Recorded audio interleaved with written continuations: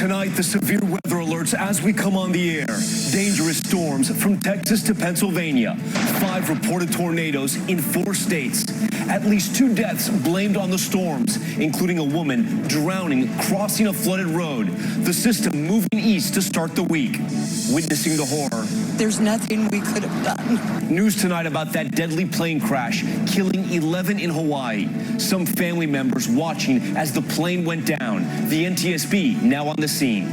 Iran's fury, members of parliament chanting death to America. This as ABC News confirms the U.S. launched a cyber attack on Iran, and President Trump saying he's ready to impose new sanctions tomorrow. The race for 2020, Mayor Pete Buttigieg grilled during a town hall meeting back home. Emotions boiling over after a deadly police shooting in South Bend. Pulled from the flames, the ABC News exclusive, the home on fire, a toddler crying for help, her grandmother trapped, a hero police officer kicking in the window, telling us tonight he thought the house was going to blow. And out of control, the hot air balloon coming down in the middle of a crowd, hundreds sent scrambling. From ABC News, this is ABC World News Tonight. And good evening. Thanks for joining us on this Sunday. I'm Tom Yamas. And we begin tonight with the deadly summer slam. Destructive storms across the Midwest, flash flooding alerts at this hour. 5 tornadoes reported in 4 states, including this twister tearing across the Texas Panhandle. Powerful flooding pouring through homes looking that, washing away roads in Anderson, Missouri. A violent thunderstorm canceling a country music festival in Kansas. You can see the crowd scrambling for cover. Severe storm threats tonight from Texas to Kentucky. ABC senior meteorologist Rob Marciano leads us off. Tonight, powerful storms barreling through the heartland. 5 reported tornadoes across 4 states this weekend. Texas and Colorado getting hit.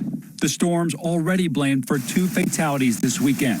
Take a look at this new video. Strong winds snapping a flagpole in Illinois just this afternoon. Winds whipping across that state as well, tearing down the football bleachers at Manford High School. And in Missouri, a flash flood emergency declared there. Torrential rains turning roads into rivers, swamping a local business. Concertgoers in Kansas scrambling to safety as lightning strikes near a country music festival. And we're seeing this dramatic rescue. Officers risking their own lives to save 2 people from a raging river in Kent, Ohio. She's got to be numb, frozen, scared.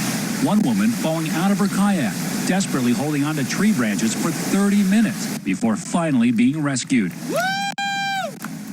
And Rob Marciano now joins us on set. Great they were able to get to her there. Now, you're telling us some of these storms are moving east? They are, and they have strong winds, and obviously the flood threat is real as well. Outflow boundaries here, you see them go through Memphis, Pine Bluff, back through just south of Norman. So a couple of impulses with this mother low that's now coming out of the Rockies, a cold core, and it's got a lot of rain with it. So flood warnings are posted, flood watches as well. Look at all those severe thunderstorm watches from North Texas all the way up the Ohio Valley in through parts of Kentucky. So the storms roll south and east tonight fairly rapidly. We have some strong winds, and again, we're going to have that threat for flooding. And then tomorrow into the Ohio River Valley, Lexington, Cincinnati, upwards into parts of West Virginia. In that warm sectors where we'll see some thunderstorms, and they're going to be dumping some heavy rain, Tom. A lot of rain on the move. All right, Rob, thank you. Next tonight, the new developments in that deadly plane crash in Hawaii. 11 people killed when their skydiving plane went down just after takeoff, bursting into flames. Some family members helplessly watching from the ground. Witnesses describing the terrifying final moments, and the NTSB is now on the scene amid questions about the plane safety records. ABC Will Carr is in Oahu. Tonight, federal investigators are on the scene after that devastating crash that killed 11 people. Some had family members watching in horror on the ground after the flight took off for a sunset skydive when something went terribly wrong. You heard the motor, the engine of the plane going air, and then you heard pop, and then you knew right then. Rick and Gail Silverson witnessed that fireball explode and raced to the wreckage. There's nothing we could have done. There was nothing left. There wasn't a sign of anybody in that plane. Tonight, as we're learning more about the plane's checkered past, for the first time, we're seeing that twin-engine Beechcraft on a flight prior to Friday's crash.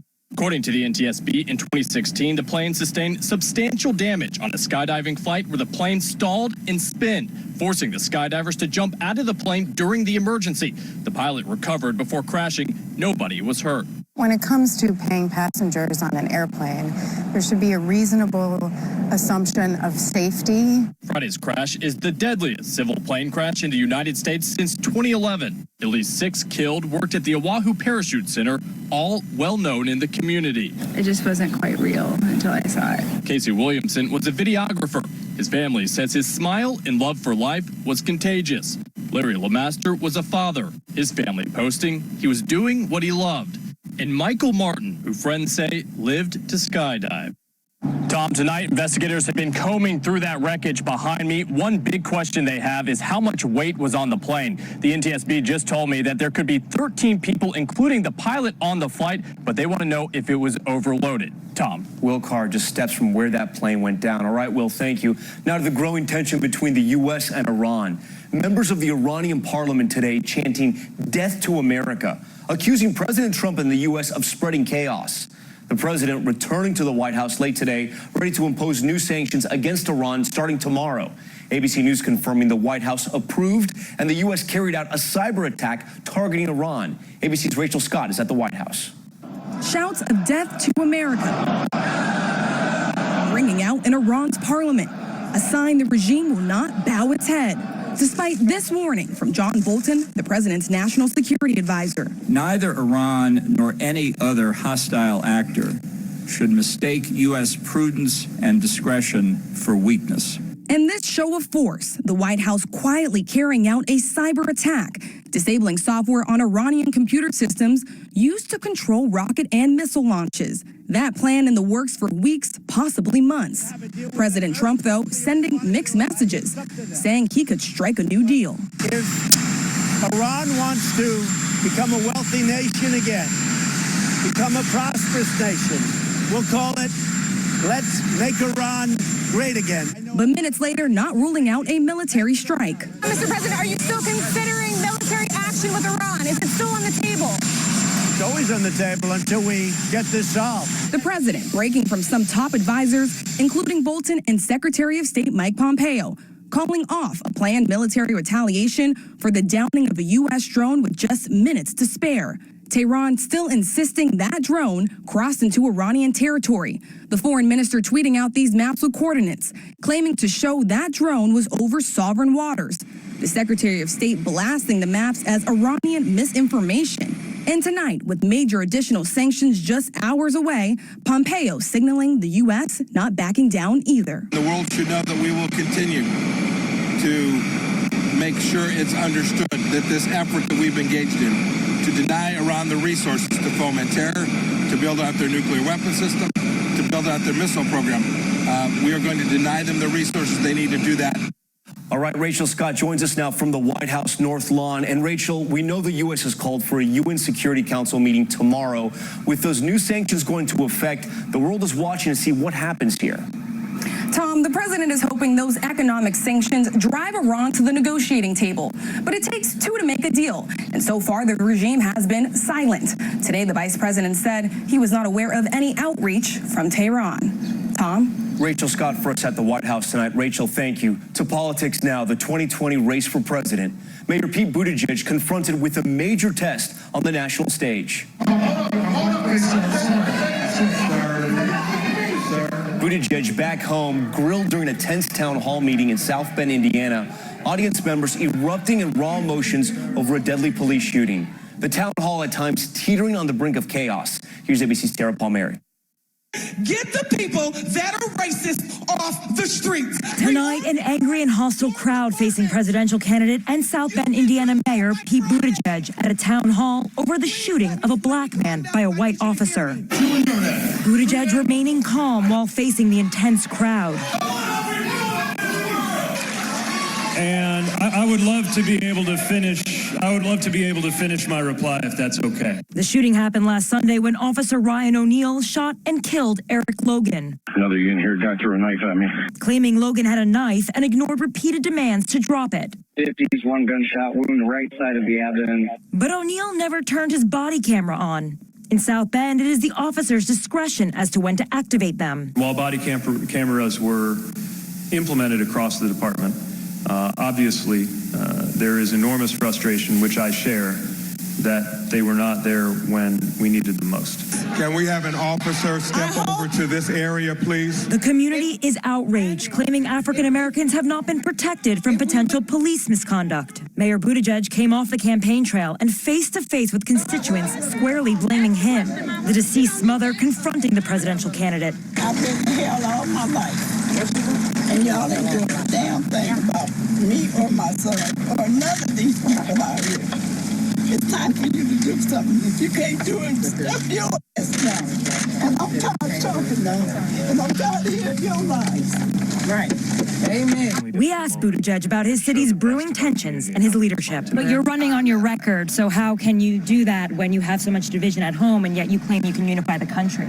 Well, we've got a lot of challenges at home, and these issues aren't easy. Part of how you earn your paycheck as a mayor is to walk into no-win situations. But we've done a lot of work. We've got a lot of work to do together. And Tara Palmieri joins us now live in studio. Tara, you were just out there on the campaign trail with Mayor Pete. This is no doubt a critical time for his city, and yet he's also 4 days away from his first primary debate. That's right, Tom. The timing is not ideal. He also says that he'll pass the case on to the Department of Justice to investigate the shooting, but he says he can't guarantee that they'll actually investigate it. Now, I talked to a campaign source, and they said he still intends to attend the debate. Tom. All right, Tara Palmieri with some of that new reporting. Tara, thank you, and great to have you here on a Sunday. Next tonight, to the growing concerns over reports of deplorable conditions for hundreds of children living in government migrant holding facilities in the U.S. We're now hearing from a lawyer who visited one center in Texas and a doctor visiting another, describing it as, quote, torture, living in filth, kids, dirty clothes, no soap or toothbrushes. One day after delaying sweeping ICE raids in up to 10 cities, President Trump defending his administration. Here's ABC's Lana Zach. These images show what inspectors call dangerous and unsanitary conditions at this migrant holding facility for adults in El Paso. But tonight, we're hearing from a doctor and a lawyer who interviewed children at two other Texas Customs and Border Protection centers. They say they witnessed inhumane scenes. This felt worse than jail. Dr. Dolly Sevier examined infants and children being held at the Ursula facility in McAllen, Texas, seen in these government handout images last year. Speaking exclusively to ABC News, she describes what she calls akin to torture. Fluorescent lights on 24/7. Many reported no access to basic sanitation and babies drinking from the same unwashed bottles for days. The conditions at these facilities are placing them at increased risk for infection, disease, and death. Attorney Lauren Binford, who interviewed children at this facility in Clint, Texas, detailed equally dire conditions. Children left to care for each other. They're sleeping on concrete blocks. There are open toilets in the room. There is no soap. These children are being held in a completely inappropriate facility. Last week, federal judges scolded administration attorneys who argued that the conditions are adequate. I find that inconceivable that the government would say that that is safe and sanitary. Today, the vice president pressed if the Trump administration is doing enough for the children in its custody. Aren't toothbrushes and blankets and medicine basic conditions for kids? Aren't they a part of how the United States of America, the Trump administration, treats children? Well, of course they are, Jake. It's one of the reasons why we continue to call on Congress to give DHS, Customs and Border Protection, additional resources at the border. The president had this to say. We're doing a fantastic job under the circumstances. We asked Customs and Border Protection for a response. They told us that they have limited resources, but that they work to provide the best possible care to everyone in their custody, especially children. And they say that all allegations of civil rights abuses or mistreatment are taken seriously. Tom. Lana Zach with some of those shocking allegations tonight. Lana, thank you. Overseas now in the new headline tonight involving North Korea. The White House confirming President Trump sent a new letter to Kim Jong-un, North Korea's central news agency, releasing an image saying Kim received an excellent letter from the president. No word on what was written, though. Kim quoted as saying he would seriously contemplate the interesting content. And back here at home to the hot air balloon scare in Missouri. The balloon out of control, crash landing into a crowd. Several people knocked to the ground. Here's ABC's Will Reeve. Tonight, dramatic video of a rogue hot air balloon crashing a town party. The out-of-control balloon hurtling to the ground with passengers on board. Look closely, the pilot in yellow trying to steer at the last second. At one point, you can see Christina Smith's arm hanging down. Spectators at the Hannibal, Missouri bicentennial celebration fleeing for safety. One woman holding a child and pulling another knocked down. One young girl on the ground suffered minor injuries. The rest of those in danger escaping unharmed. A near disaster narrowly averted. Hannibal, Missouri officials released a statement saying in part that the balloon was being flown by an experienced balloonist and that thankfully no one was seriously injured, and the event continued.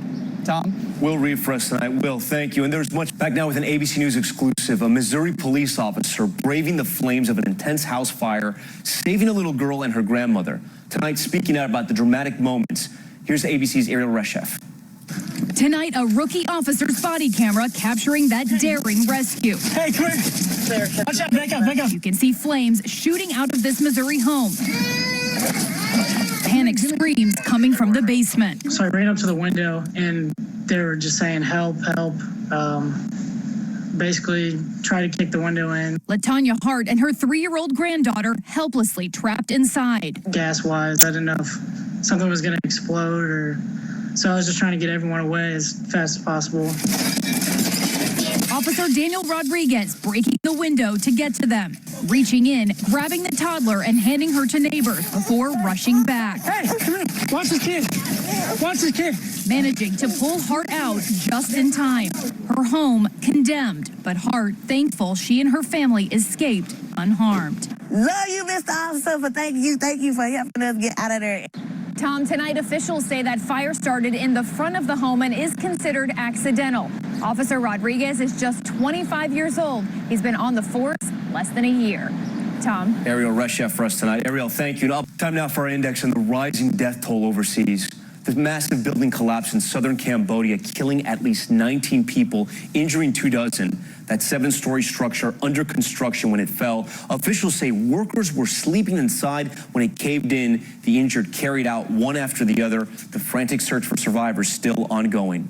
And the striking image back here at home. Take a look. Officials in Florida sunk that old cargo ship today off Fort Pierce. The 180-foot vessel donated by Customs and Border officials after it was seized in a cocaine smuggling bust, all part of a program in St. Lucie to create artificial reefs underwater for both fish habitats and divers.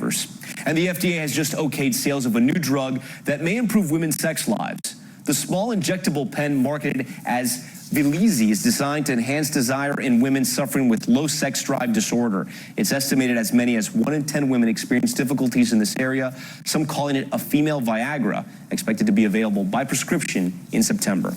Down in Times Square, high wire artist Nik Wallenda and his sister trying a never-before-attempted crossing 25 stories high, I should say, way above that busy landmark. It is Liana Wallenda's first try up since a terrible fall back in 2017. You may recall that. And you can catch all the high wire, high tension right here tonight, coming up at 8 p.m. Eastern. And finally tonight, a high school dance like you've never seen before. Seniors coming together to help out a friend in need. What they didn't know, he had a surprise for them. The tears started even before the big reveal. 19-year-old Elijah Barron in a tuxedo and a wheelchair, spending his senior year battling bone cancer. Say hi to his nurses. The tears, Elijah says, are because he knows what's about to happen. I was like crying before I even left the room. I felt good that they would do that just for me. They would take time out of their day and come to my ball. Too weak to attend his senior ball. Doctor's orders. Look at this. Senior ball for Elijah. His classmates brought the ball to him inside of his hospital.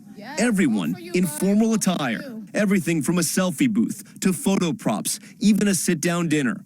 A rite of passage for every graduate of Liverpool High School in upstate New York. The special ceremony, his mom's idea. Golisano Children's Hospital said go for it, even buying supplies. Mom, she does it all. She's my superhero. And Elijah, returning the favor, putting on his own show at graduation. You got it, Elijah? Yeah,